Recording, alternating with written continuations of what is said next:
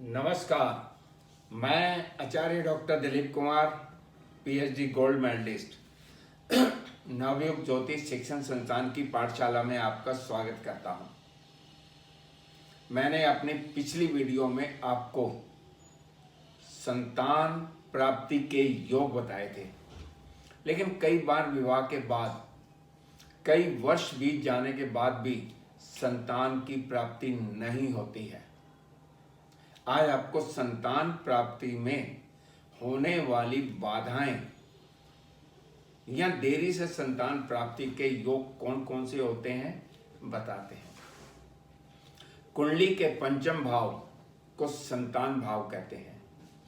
पंचम भाव पंचमेश और कारक बृहस्पति गुरु के विचार करने के बाद ही हमें ज्ञात होगा कि संतान सुख प्राप्त होना है या नहीं होना है, या संतान प्राप्ति में कोई बाधा तो नहीं है, या संतान देरी से होगी। आपको विस्तार से बताते हैं। कुंडली में लग्नेश, पंचमेश, सप्तमेश और संतान कारक गुरु निर्बली हो तो संतान प्राप्ति में बाधा आती है। मैंने अपने कई वीडियो में ग्रह निर्बली कब होता है बताया है। आज आपको एक बार फिर से बताता हूं कि भाव या ग्रह निर्बली कब होते हैं। भाव में यदि पाप ग्रह बैठे हों या त्रिक भावों के स्वामी बैठे हों या पाप ग्रहों की दृष्टि हो तो भाव निर्बली होता है।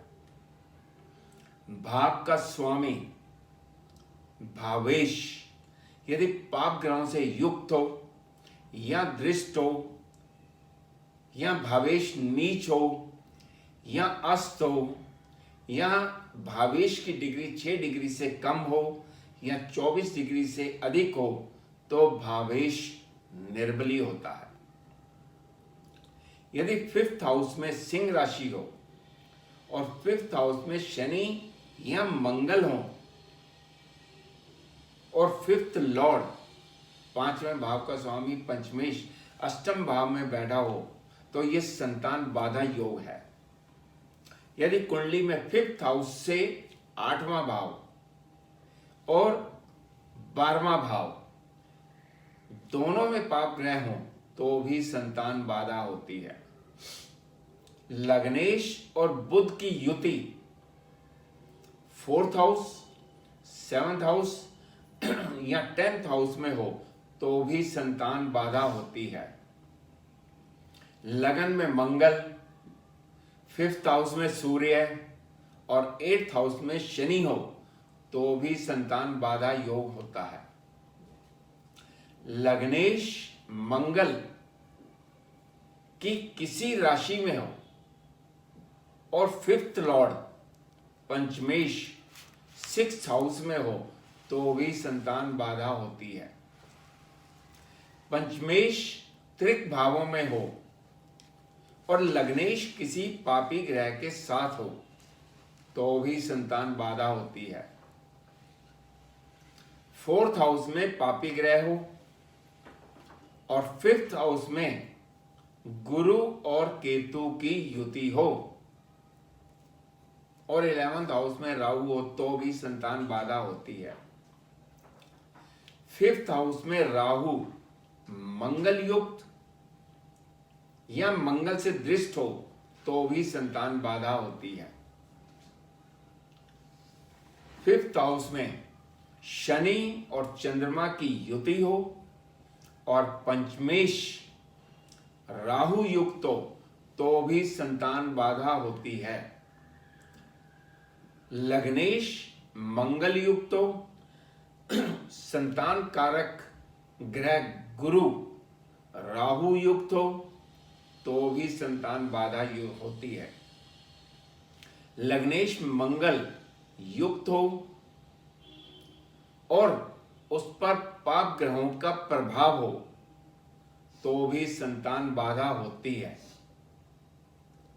लग्नेश मंगल युक्त हो और गुरु राहु युक्त हो और पंचमेश निर्बली हो तो भी संतान बाधा होती है।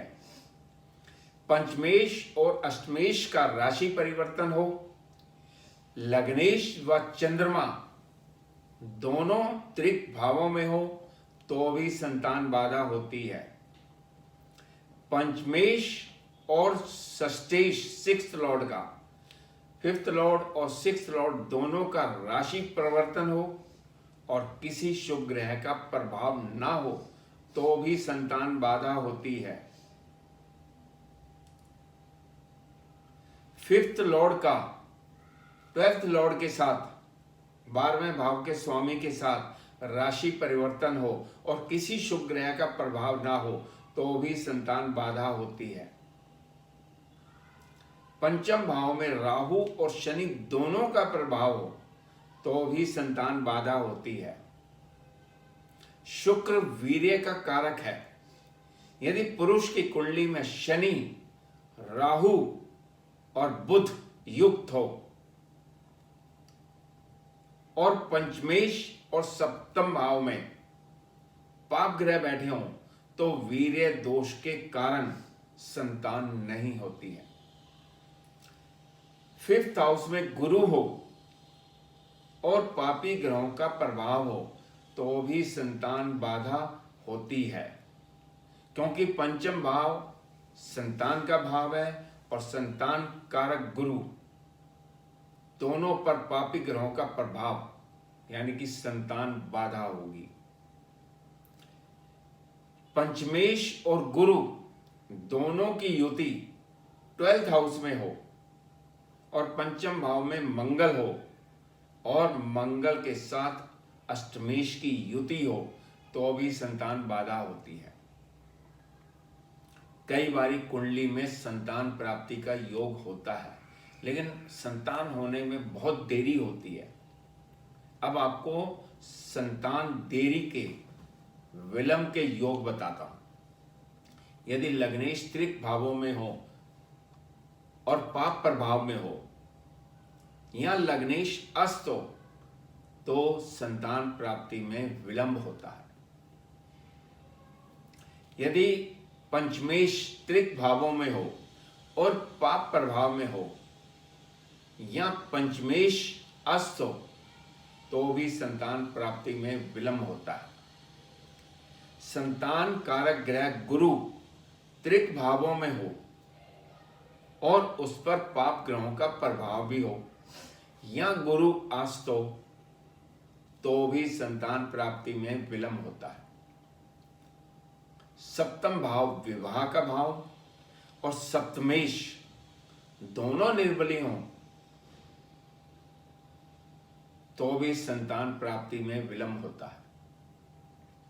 राहु और पंचमेश की युति त्रिक भावों में हो तो भी संतान प्राप्ति में विलंब होता है।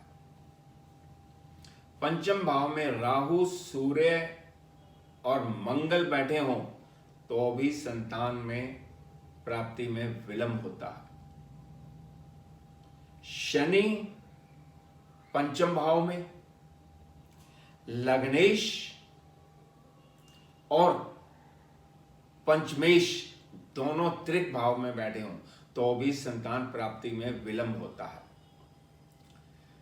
राहु लगन में बैठा हो और पंचम भाव में मंगल और गुरु हो तो भी संतान प्राप्ति में विलंब होता है। यदि आपको मेरी यह वीडियो पसंद आए इसे लाइक कीजिए, शेयर कीजिए और मेरे चैनल नवयुग ज्योतिष चैनल को सब्सक्राइब कीजिए। नमस्कार।